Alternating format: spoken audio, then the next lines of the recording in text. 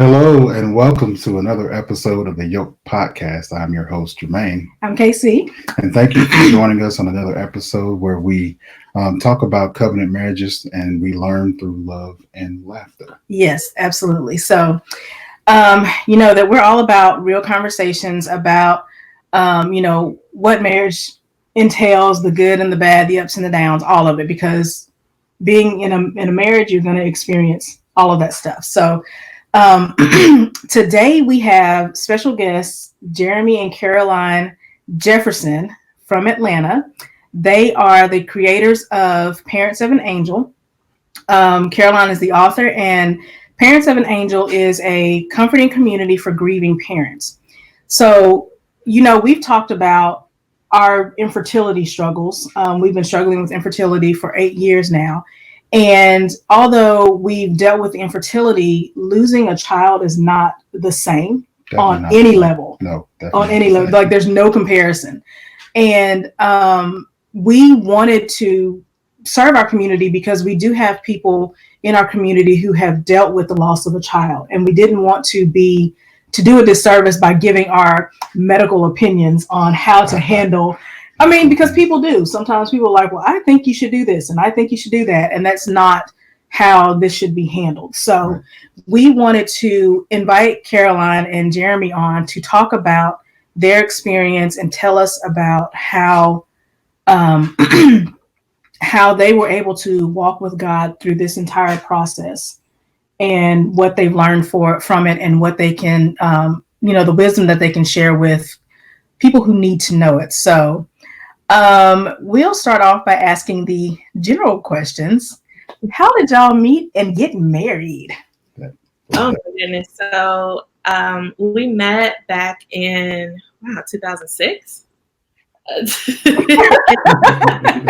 I was at South DeKalb. I had just moved to Atlanta maybe a week or two prior. I was going in the Radio Shack for a phone charger, and I see this tall man come up to me and was like, "Hey, how you doing? Can I help you find anything?" And I'm like, "That's right." Like, yes, you can. Absolutely can. You're talking about my coworker? No, not at all.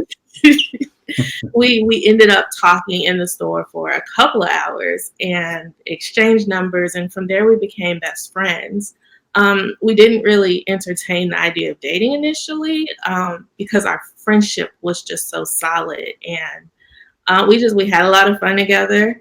And about maybe 6-7 years later, we decided to explore a relationship and take it a little further. 2 weeks later, we were pregnant, and we just haven't looked back.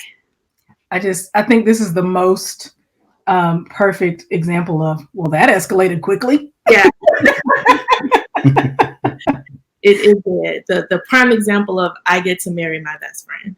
That's awesome. Like, we're best friends, and I tell people all the time, like, for a really, strong marriage, you have to have friendship as a foundation.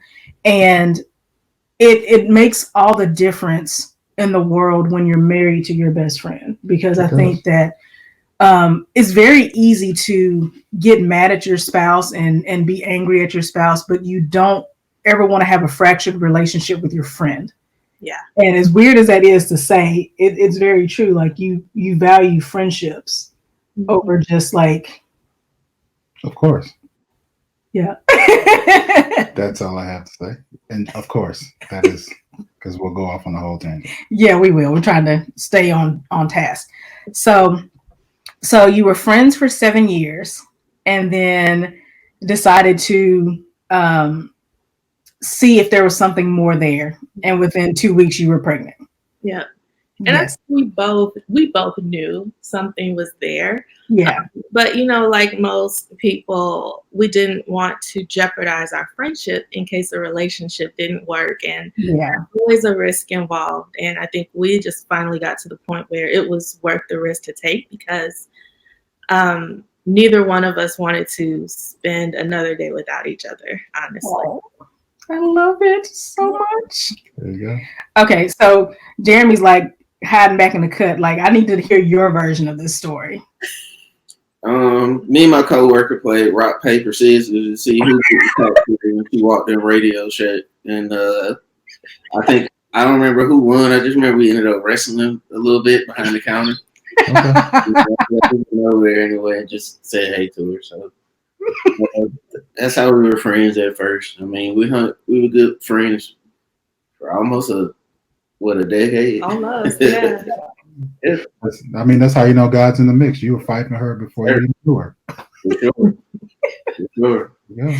I believe the story. I don't even know if it's true, but I believe it. We're gonna run with it. Yeah, rock, paper, scissors, and then we used to always wrestle at Radio Shack. So I mean, it wasn't nothing new, but it was never over a customer. We used to play rock, paper, scissors to see who wouldn't talk to a customer. But then when she came in, we fought over. That is hilarious. I love it. I can definitely see this happening. Yeah. So, within 2 weeks, you were pregnant of, the next step of your relationship. So if you wouldn't mind, would you share more about your son with us? Yeah, so I was 25 when I got pregnant, completely unexpected, but I felt like God chose me to be a mom, and it felt like such an honor. And so throughout my entire pregnancy, I was, of course, nervous about motherhood. I grew up as an only child, so I didn't even know how to change a diaper yet at this point, but I was just so thrilled and so grateful that he chose me and Jeremy to create a family. It may not have been the most conventional way, but, he still chose us. And, I didn't take that lightly. He named our son, actually. I wanted to go with like Justin or something with a J. I think it was like Justin that I wanted to go with. But he and his mom really liked the name Joshua, and it stuck with me. And that's how we found his name. But I remember in the mornings, I used to wake up earlier for work because I had to work in the city. He worked closer to home, and whenever I wake up, he would get up and talk to our son in my belly, and he would kick me every time he heard Jay's voice. It was a beautiful connection for sure. It was, and Jay was an amazing protector. Through the pregnancy, I couldn't touch laundry, I couldn't touch dishes. Like, he really wanted me to relax and rest and just bask in the beauty of pregnancy while I was carrying our son. And that I really, really love him for that. That's awesome. How did you feel about finding out like 2 weeks in that she was pregnant, Jeremy? She brought Taco Bell, so that definitely took a load out of the weight of the situation. But like our whole relationship, from friendship all the way into our relationship, just like whatever decision you make, I'm okay with it. And we prayed on it. And I think once we were able to realize that we had the support of both of our families, that took a lot of stress off of it. Because I was worried at first, but we had a lot of support, and we supported each other. Yeah, so just a little backstory. Not long after I met him, I met the rest of his family, his mom, his sister, and I felt like a part of their family for a long time because my parents were still in Michigan. And when it came time for Thanksgiving and Christmas, we couldn't always see each other. But his family always made me feel welcome for family dinners and get-togethers and parties and everything. So I was no stranger, to the Jefferson family. But, my parents only knew of him. They never got a chance to actually meet him. But when his mom met my parents, they hit it off. Like, they still call each other sisters, which I find a little gross because we're married.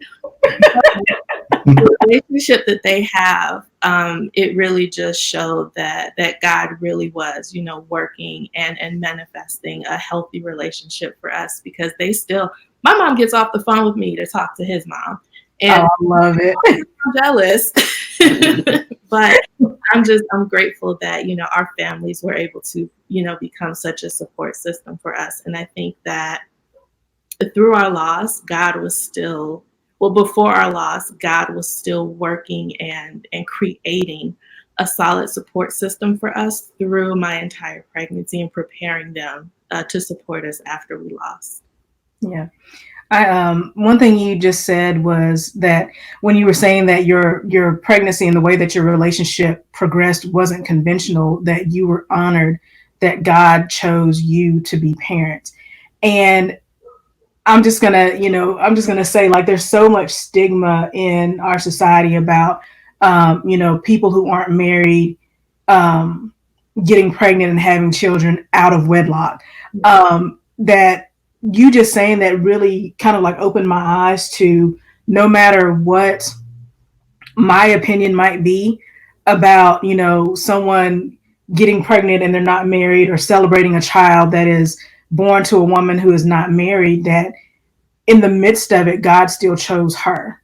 And and that's something like we've never talked about that. I don't think we ever talked about it. But even when you look back at Mary and Joseph, God chose Mary. She wasn't married. And we accept Jesus, as our Lord and Savior, and never talk about the fact that she was like pregnant before she was married, because God chose her. Mm-hmm. And I think that and this, I'm trying not to go off on a tangent like really hard, but if we look at, children, no matter if they come into this world in a marriage or to a single mom, however it happens, that God's hand is always in the midst of it. Like he chooses people to have children because we're all here for a reason.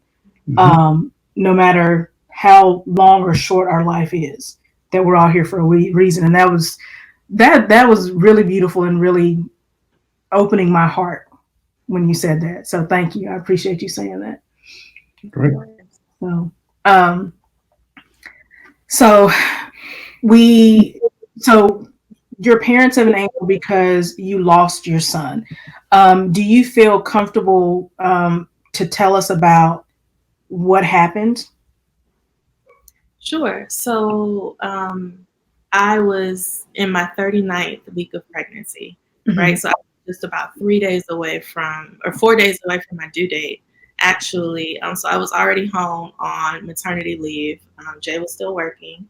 And I woke up one morning and he wasn't kicking me, which was quite unusual. And so I called my doctor. I left her a message and said, hey, I'm just a little nervous. So I did the typical, like, drink some juice to see if sugar will, trigger some movement, and that didn't work. I did like a few light exercises to see if that would help. Mm-hmm. That didn't work. So my doctor called me back and said, get your bag, go to the hospital. They may have to just, induce your labor, or just go to the hospital and see what happens. So I called him from work, and he and his mom met us there at the hospital. They called Jay and I back to do an ultrasound just to check things out before they admitted me. And it took one nurse. She checked, didn't see any heartbeat or movement, and left the room. She didn't say anything, right? She just left the room. And then another nurse came in, and she did the same thing. She did the ultrasound. She felt around. She didn't say anything. She said, I'll be right back. So at this point, I'm getting nervous. Like, what's going on? But I was still okay. Then a doctor came in with the nurse, and they brought in a different machine to, feel around and see if they could find anything. And they said, unfortunately, Jeremy and Caroline, your son doesn't have a heartbeat. Mm-hmm. And it was silence, and they just let us sit in that moment, and they left. They said, we'll just give you some time to process this, and they left. And we sat there, and I don't remember much else of that exact moment except, just crying into each other. Our parents were still waiting in the lobby. I don't know if, they told them what happened or if they were waiting on us to tell them. Mm-hmm. The rest was a blur. But the next thing I do remember was just, sitting in a hospital bed because I still had to deliver, right? Mm-hmm. So they were trying to force contractions so that I could go into labor. Yeah, I'm so sorry that you had to endure that. And again, I've only, lived through that vicariously because I've had two friends have to do that 3 times between the two of them. And the only thing I could do was, just be like, I'm here for you. Like I can't, and I can only imagine how helpless everybody felt in that moment. Um, but we talked just the other day, and when I asked you about your favorite quote or scripture, and she told me, so her son's name is Joshua, and he was born on June 19th. Joshua 1:9, and I told her, I was like, God was there for you before you knew that you were going to need him. Joshua 1:9, her son's scripture, says, have I not commanded you, be strong and courageous? Do not be afraid. Do not be discouraged, for the Lord your God will be with you wherever you go.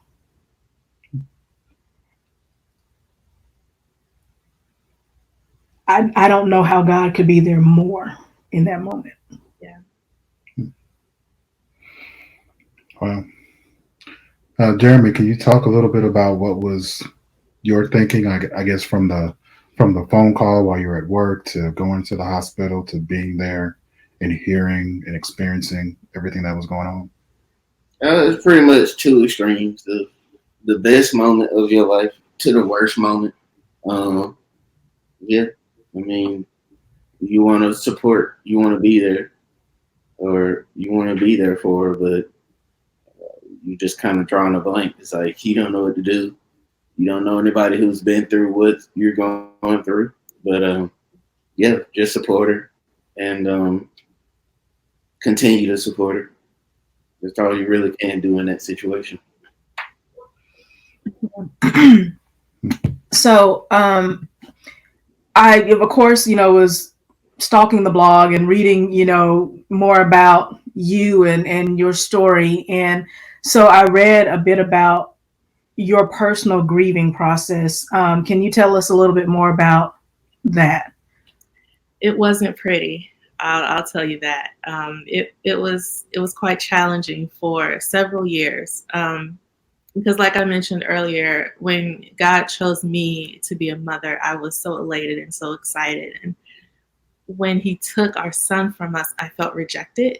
Like he changed his mind, or I thought I had done something to no longer be worthy of motherhood in that time.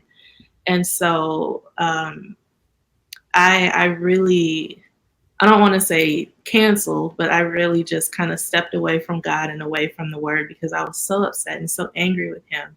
And, even growing up in the church and knowing every song and knowing every hymn and praying all the time as a child and growing up, I could not connect spiritually to heal initially. And so I tried everything else, to grieve. I tried shopping and I tried, drinking and buying things and talking and just venting and just acting out of character. I tried it all to feel better.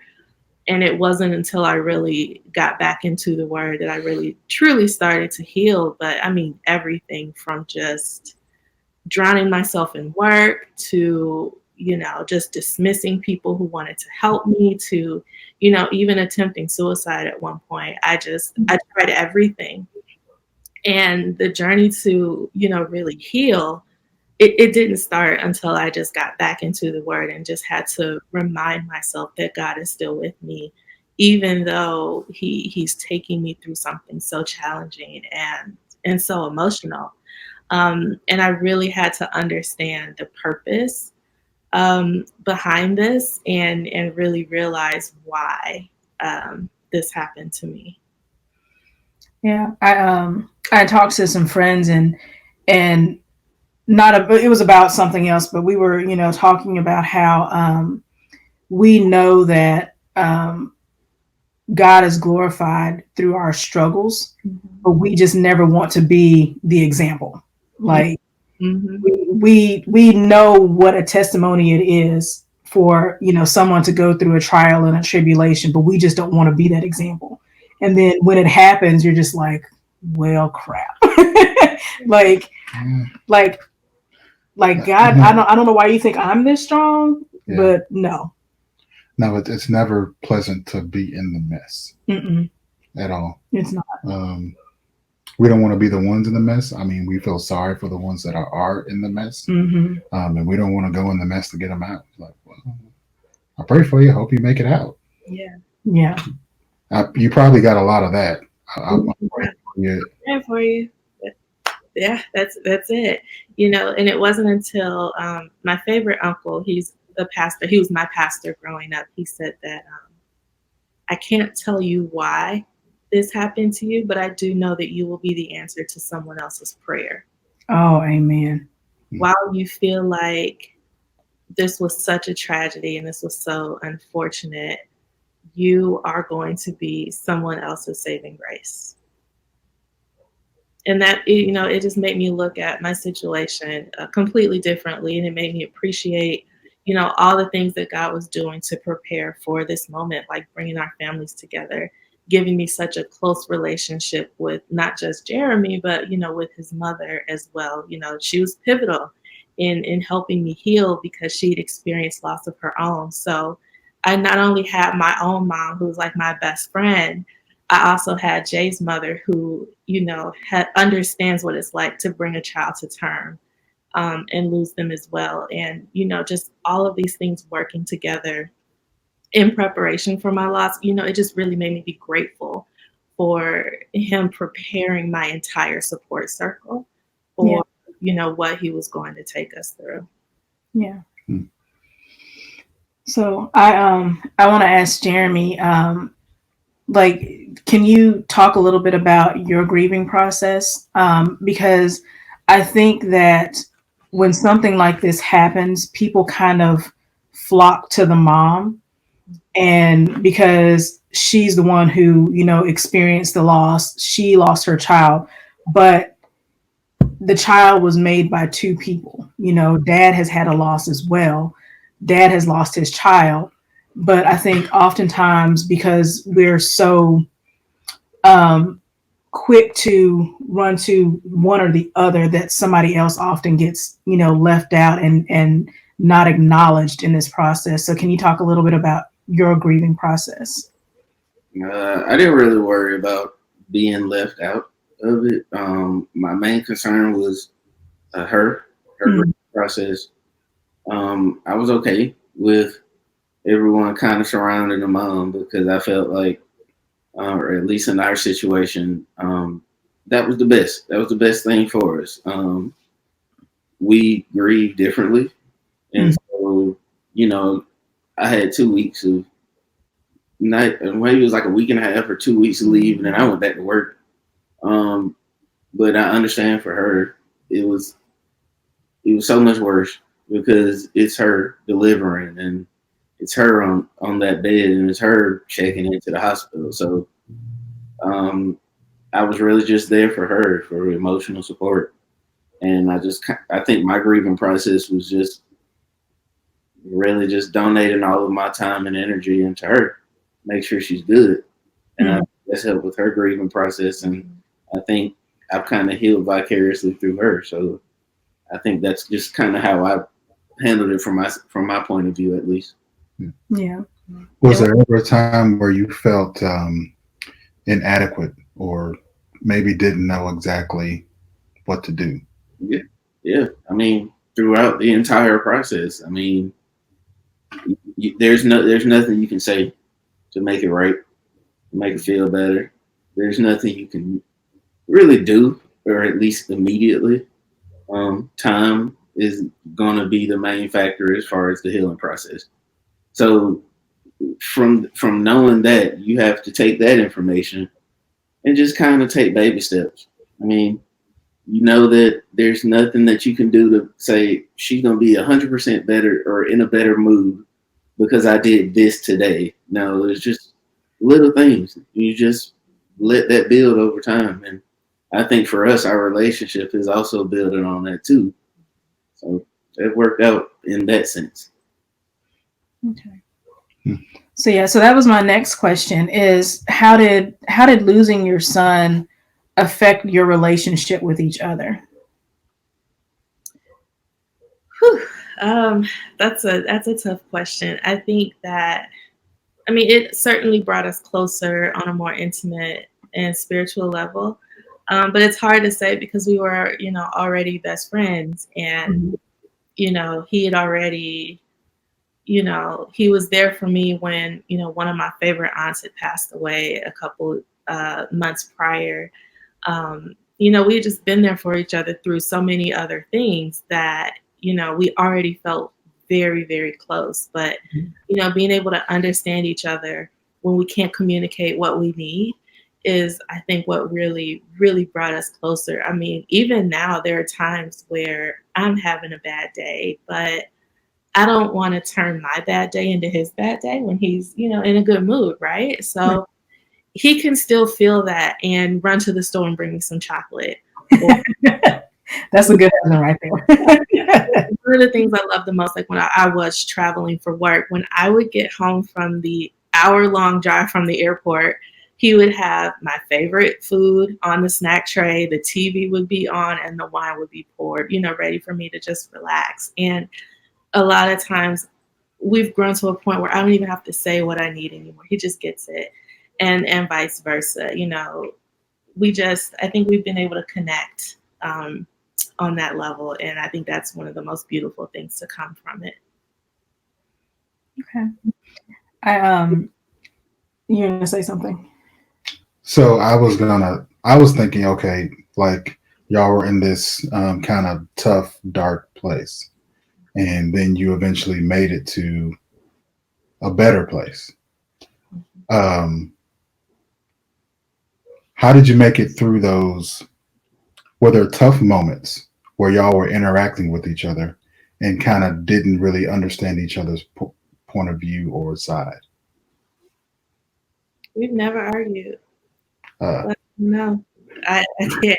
We've never argued either. It's kind of like, I think for us, though, honestly, at the end of the day, he's still my best friend. He's my favorite guy, and I couldn't imagine spending my life with anyone else. So even if I've had a bad day or if he's had a bad day, I can end my day with him. And for me, that's all I need. So even when I'm, missing my son, or Mother's Day is around the corner, or, his heavenly birthday is coming up and I'm, really in my feelings, I'm still holding on to the fact that I still have my best friend.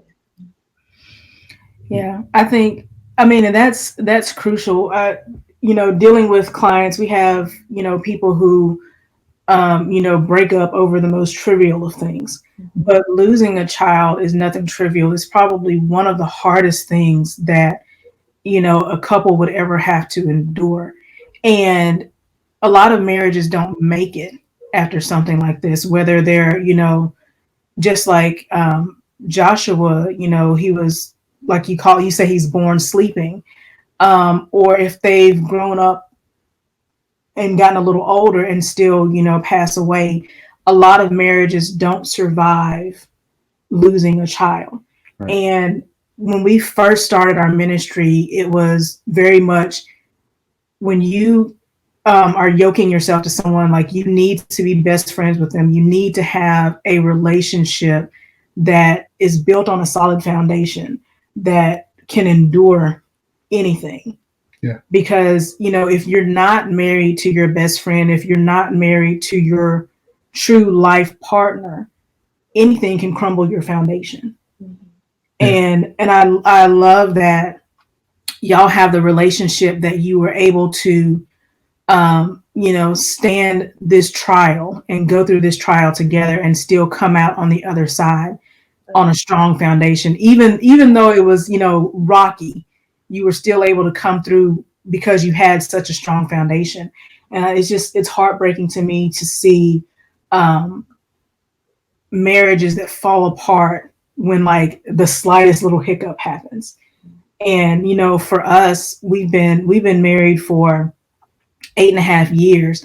I got sick 3 months after we got married.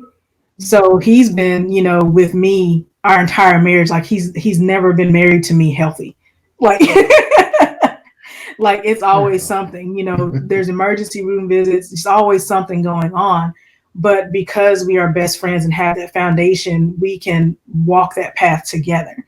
And it's just, I can't describe how beautiful it is to see the two of you have such a strong foundation that you're able to continue walking this road together. It just makes me happy. Like I'm turning into Mama Hen right now. It's like, I just love it so much.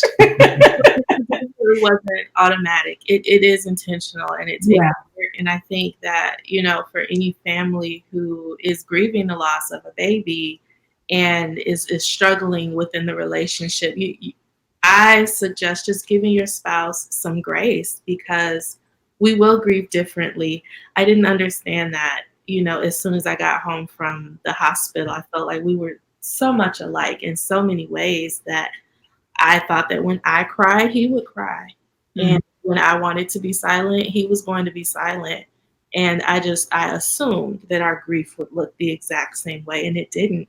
And those nights where I would literally stay in bed crying for hours, I would wonder why he isn't crying with me. Why is he just, rubbing my back and telling me it's going to be okay? Like, is he not sad? But, when I told myself, he's not going to grieve the same way you do, because the things that has happened to him in his life that have brought him to this point aren't the same as mine. And so, our grief is going to look different, and that's okay. He doesn't have to cry when I cry. He doesn't have to scream when I scream. But as long as we give each other that grace to not get upset, about things like that when we're not, in the same emotional space, it's okay. And, just remember that supporting each other, even when it's not that easy or even when it's not that fun, is really going to be the key. Yeah. And I think too, I would like to add to that when you're married to someone and you promise to be there in sickness and in health, it's a two-sided thing, that you've made this promise, and also God has chosen you to be this person in your spouse's life. And that's not something to be taken lightly and just be like, yeah, this is not what I signed up for, I'm out. Like, that's not how it works at all. Right.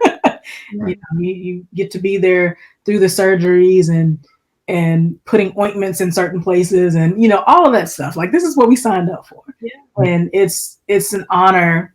I think it's an honor and a privilege to realize that you are that person for someone else, and it's not anything to be taken lightly. Yeah. Yeah. What I also hear y'all saying is, in your own way, you are not making the other person responsible for your healing. You weren't saying, I'm hurting, they should be helping me. Is that that's what I hear. Am I accurate in my understanding? I think we just I think we did want to be the source, if you will, for each other's healing process, or to at least kind of kickstart the healing process. Mm. But we knew we weren't a Band-Aid to each other's grief. Like, we knew it wasn't something instant.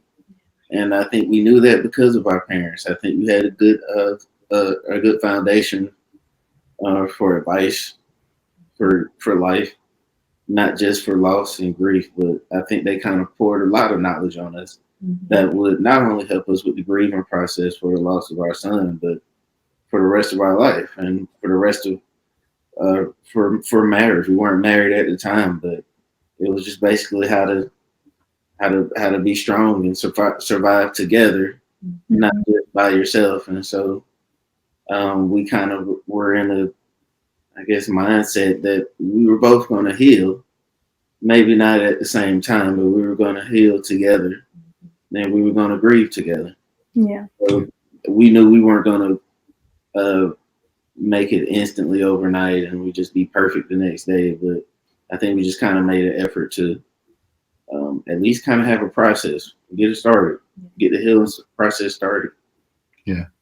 You say your parents and your family were supportive. Were there any other supports that you found helpful during this time? Oh my gosh. Our extended families. I mean, his his mom and her siblings and all of his cousins, they all either stopped by the house, brought food, called me and checked on me, and my extended family, as well. They were all just super supportive, and even down to like my two best friends, and well, Kim, and Mhm. my childhood best friend Kumani, like the both of them were super helpful, and we were just grateful to have so many people, whether it was bringing us food or just texting us to say, hey, I'm thinking about you, or people who remember the day that Joshua was born sleeping, they'll text me a little heart because they're thinking about him too. I think that God really put together just the beautiful support circle that we needed. Mhm. Like I said, his mother experienced, loss of her own, and it was, very easy for me to connect with her. My parents have been married for 35 years. So when it came to having, a relationship role model, it was them for us. So the support system that we had was amazing in their own, respective ways. And I think that we couldn't have made it without them. I know I couldn't, that's for sure. Yeah. Awesome. So were there? So on the other side of that, were there? How did you handle? Maybe this didn't happen, but were there people who made comments that they meant to be helpful but were really very insensitive? And Oh, I'm gonna like that was leading me into the next question. Like, what would you tell people? Like, don't do this, don't say this, to someone who is going through this process. oh man. So in my book, I talk about this one precious Lamb of God who she called me up, and I guess she would feel better if she kind of poured her emotions on me, but she talked about her own experience with loss, and she ended the call and said, you're a Christian, Caroline, so you know this, but had you been married, your son would have lived. That was my face too, right? And so, and this was only maybe a few days after I got back home from the hospital, so the wound was still very, very fresh. And Oh this my was gosh. one of my good childhood friends. It was her mom. And she was like the neighborhood mom. Everyone loved her. Everyone adored her. She always cooked dinner. She was like a booster for the football team. Like she was everything. And when she said that, I was speechless. Like I just said a few choice words and ended that call, and I haven't talked to her since. But Honey. those are the kind of things that people and I'm sure she had the right intentions. I'm sure she did. But sometimes he's like I oh my gosh, like my Oh, emotions just went to 100 like on the inside. I'm like, oh, what? Oh my goodness. yeah, Okay, so we're gonna put that in the column of don't say that. yeah. So, when you think about an emotional setback, that really was. But Oh wow. remember, losing Joshua wasn't a punishment for not being married, right? Because it happened. 1 in 4 pregnancies end in a loss. Unfortunately, it could happen to anyone. Um, so yes, that's definitely something you don't want to say. Oh my goodness. I think that when you're trying to find things to say to people, if you don't know what to say, it's okay to say that. Caroline, I literally don't know what to say to you, but I want you to know that I'm thinking about you. That's perfectly okay. I think that a lot of times people overthink what they should say, and trying to find the perfect words just ends up doing more harm than good sometimes. Mm-hmm. Um, I've had people, want to share their own story about loss, and it's not always the same. So that doesn't really connect with me, when you're trying to support me. Ask me what I need. Ask me if I just, want to talk or how I'm doing. But When it comes to things you shouldn't say, whew, what do you think? No, it's pretty much a lot of it right there. The most of what you shouldn't say, like the main things. But you know, everyone's different and everyone has triggers. So you don't want to be sensitive when you're speaking to somebody, especially right afterwards. Mhm. Yeah, and I think the other thing that I like people to stay away from is just saying, "I know how you feel." Because Mm. even when I talk to other mothers who have experienced the loss, I don't like saying that to them either because I don't know how they feel. This could be their miscarriage after trying IVF for so many years. This could be their third or fourth loss. It could be their first loss. And I don't like trying to interject how I feel Hmm. when I'm trying to comfort someone else. It feels a little selfish. So I always encourage people to just stay away from putting your own feelings out there, and just really make a conversation about them to see how you can make them feel better and feel more supported. Yeah. Um, what was I going to say? Sorry, brain fart. It happens. Yeah. Um, yeah, so I know it'll probably come back to It you in a will. second. So um what kind of guidance or hope can you offer to other couples who are walking this path in their lives? That's what There's so much. Oh my gosh. When I experienced my own loss, I felt extremely isolated a lot of times, even in a room full of people or even with this amazing support circle that we've been blessed to have. A lot of times I still felt very isolated because I carried Joshua. I physically bonded with him and I created that emotional connection. It's different when you lose a family member who, was older because everyone got to know them and love them and have Hmm. moments. But for me, losing my son, I felt like there was just a connection that no one else understood when I lost him. But I want other moms and dads to realize that you're not alone in this journey. And the problem that I had was that I couldn't find support. I couldn't find resources or blogs online or places to go that could really get me. And that's why I created Parents of an Angel. And so earlier this year, I also wrote a book that talks about my journey. Here's a shameless little plug for it.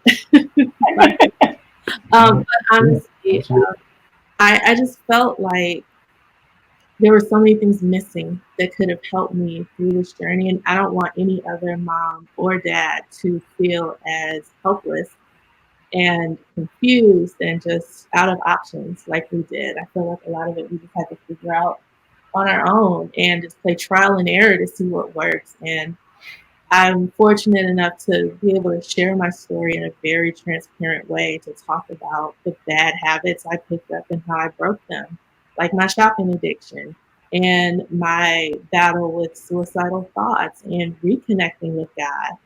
Um, and so I do share a lot of that on my blog and in my book so that, parents can start to have a resource and a place to go that isn't, fluffy. It's not, a traditional parenting blog where you have to sift through content for people who do have living children. It's exclusive, just for loss and, Hmm. mental health and therapy and, ways to just feel like you're not alone and there is someone out there who gets it. Yes, I love that. It's I think one of the, and I tell people this often, that one of the greatest tools of the enemy is to make us feel like we're alone and we're, whatever the situation is, that we're in it by ourselves. And that's how he can, conquer us. And like you said, give us the suicidal thoughts and the feelings of isolation, because it's much easier to conquer um, the lamb that's out on the outskirts, that's not protected by the herd and does not have a group that surrounds them. It's so much easier when you feel like you're out on the fringes. So I love that you have created a community to let people know that they're not alone in this process, that there is a group that, God is strategically moving to um, help people during this time, that he did allow you through your loss to become someone else's saving grace. Like, I love that. And I thank God for you. As painful as this was for both of you, I thank God for you. Yes. So, Thank you. Appreciate it. Yeah. So I remember what I was going to say, but it was more so along the lines of people who make inappropriate comments. Okay, go for it.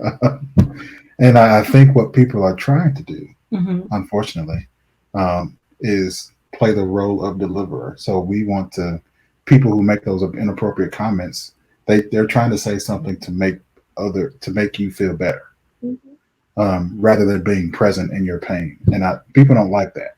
People don't like to be present in the pain. They don't like to just sit with you and hold your hand or put their arm around you. So thank God you had thank God you had a Jeremy to be there with you through that, and you were there for him. Believe it or not, I'm pretty sure you were there for him just as much as he was there for you. And it's great that you two were there to be there with each other, to help each other through that, because people outside of your relationship, the me's of the world, I mean, all I can do is say I'm sorry for you and attempt to say something that might make you feel better, but quite honestly, that's really not my role. Yeah. And what I had to learn through all of that is that, people really do have good intentions. I've never had someone intentionally or maliciously just say something so cold and hurtful. And, I really had to learn how to give people grace. The same way God gave me grace when I said something inappropriate to a mom 10 years ago, and I didn't realize how insensitive it was. Yeah. I had a coworker who lost a baby. She miscarried. And I said, well, at least you do have other children and you're young, so you could try again. I was maybe all of 18 or 19 years old, and I thought that I was saying the right thing. But, looking back, I was young and a little dumb and didn't know any better. And, I try to extend the same grace to other people. Mhm. That was extended to me when I said what I said, and to this day I still feel guilty, for saying that to her, because I thought I was helping. But like you said, I was trying to live in healing and not live in her pain. And Yeah. for other families and other parents, when people say things that aren't that helpful, I encourage you to just give them some grace and just remember that they are just a precious Lamb of God who had the best intentions, even though it didn't always have the ideal outfit. Yeah. Yeah. Okay. So I guess I want to end this by quoting you from one of your blog posts, because really I did totally stalk your blog. You said that this wasn't God's rejection. This was a redirection. God gives his hardest battles to his toughest soldiers.